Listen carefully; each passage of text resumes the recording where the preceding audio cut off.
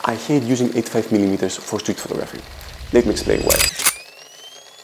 What's up everyone, welcome back to the channel. My name is Elias, I'm a photographer located in Athens, Greece. And in this video I really wanted to talk about why I stopped using the 85mm focal length on my street photography and why you should also consider different focal length options. I think it's been more than 18 months from the last time I used my 85mm for street photography, and to be honest, there is a pretty huge reason. But before we lay out the problems that an 85mm produces while we are doing street photography, let's make a small throwback and start discussing why we even use the 85mm for street photography. Personally, I live in Athens, Greece, and if you know the city, if you have ever been in Athens, you should know that Athens has terrible architecture, which means that besides the pretty parts of Athens where we have Acropolis obviously and all these ancient ruins, the rest of the city, 99% of the city is covered by really terrible architecture, which means we have really ugly roads, we have houses which do not align with each other, we have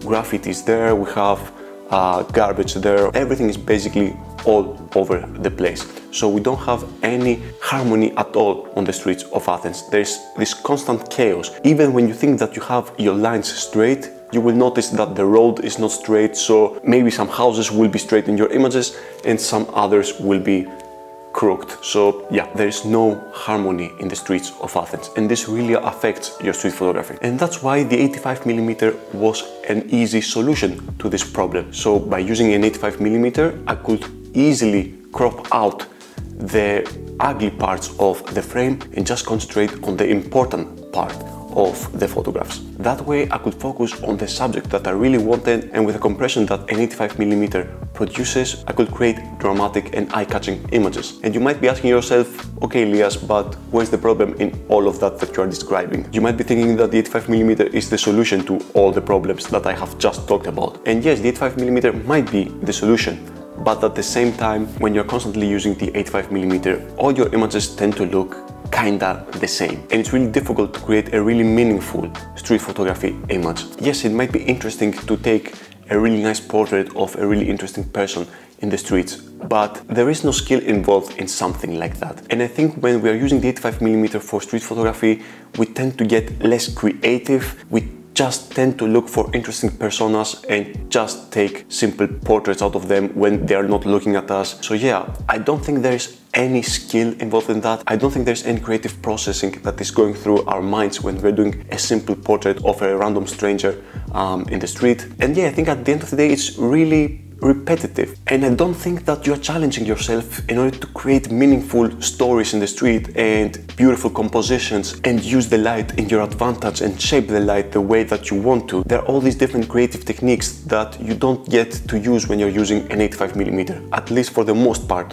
when you're using an 85mm. Also, if you enjoy this content, then maybe do me a favor and like this video down below. This really helps out with the algorithm, and if you're new here, then maybe consider subscribing. It's literally free. And if you don't like my face or my personality or my personal photography art, then you can always unsubscribe later. So that's why I'm finding myself using wider focal lengths. I really love using my 23mm. I really love using my kit lens, my 16-50mm kit lens, which has probably created my best street photography work. So yeah, the images that you can create when you're shaping the light in your favor, when you're searching for compositions, when you're looking at the whole picture, that's something that the 85mm look cannot really do for you in your street photography. And I will go on a little bit of a rant over here. I really hate looking at accounts which just take random 85mm street photography portraits. Like, if you're going to do that, make sure that the subject that you're photographing is someone really important, someone that is really standing out. I don't know, maybe an old man with a weird beard and some vintage clothing. Like, find someone really interesting to photograph, and don't just take a simple photograph out of them. Make it look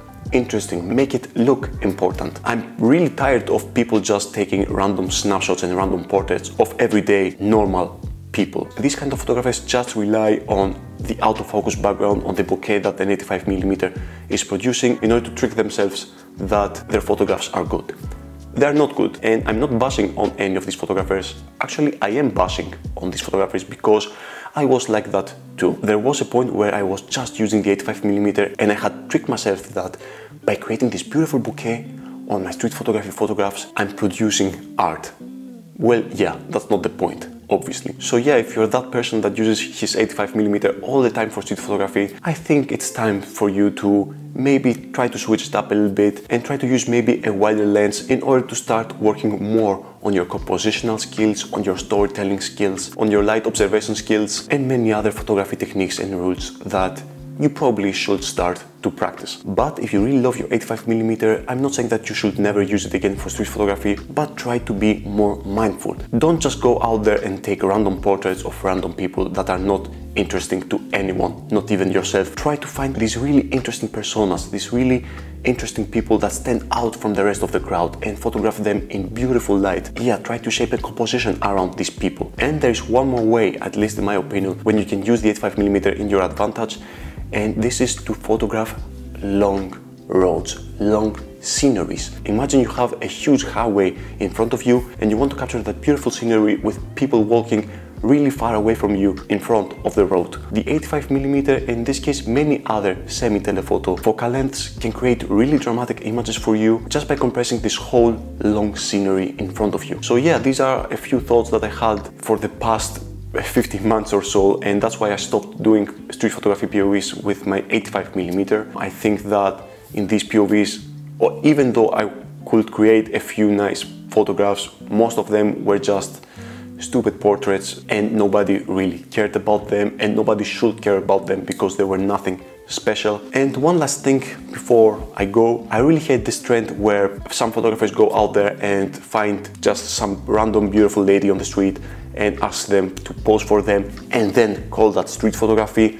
This is not street photography, this is portrait photography. When you're doing a small photo shoot for someone on the street, that doesn't make it street photography. That's a portrait session. Anyways, this is where I'm going to leave you guys. Thank you so much for spending some of your valuable time by listening what I have to say. Let me know down below what you think about this topic. I had seen a few comments on my older 85mm street photography POVs where some of you didn't really understand that part of street photography, and you saw that more of a hunting process, like hunting for people. And yeah, that's, to be honest, the truth. You were spot on your observation, but I'm always open for conversation down in the comments. So yeah, I would really love to know what other photographers think about the use of the 85mm in street photography. Lastly, before I go, if you're new here and you like street photography, portrait photography, travel photography, wedding photography, whatever it might be, if you're into gear talk and all that kind of stuff, then maybe consider subscribing because we're doing all of this stuff here in this channel. I also have a few older cameras and really cheap ones that I really want to share with you guys. So yeah, if you would like to see that, then maybe also open up the notifications so you can be notified